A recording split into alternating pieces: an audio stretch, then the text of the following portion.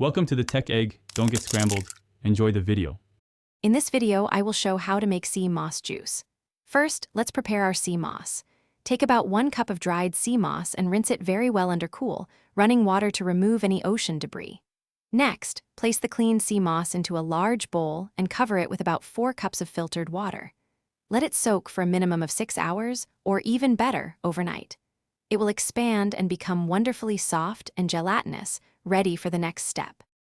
Now that your sea moss is perfectly soaked, it's time to transform it into a gel.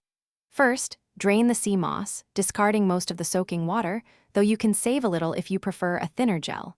Transfer the softened sea moss to a high-speed blender. Add about 2 cups of fresh, filtered water. Blend on high for 1 to 2 minutes until it becomes a completely smooth, creamy gel. This is the base for our delicious juice. With our sea moss gel ready, let's add some fantastic flavor. You can get creative here.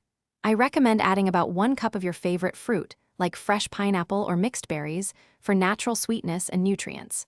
For extra taste, include 1 tablespoon of a natural sweetener such as agave or maple syrup. A half teaspoon of fresh ginger or a squeeze of lime juice can also add a wonderful, zesty kick. Blend everything until smooth. Our delicious and nutritious sea moss juice is now complete. Carefully pour your freshly blended juice into airtight glass bottles or jars. This helps maintain its freshness and potency. Store your juice in the refrigerator, where it will stay good for about 5 to 7 days.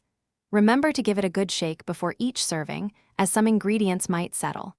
Enjoy this wonderful, healthy beverage.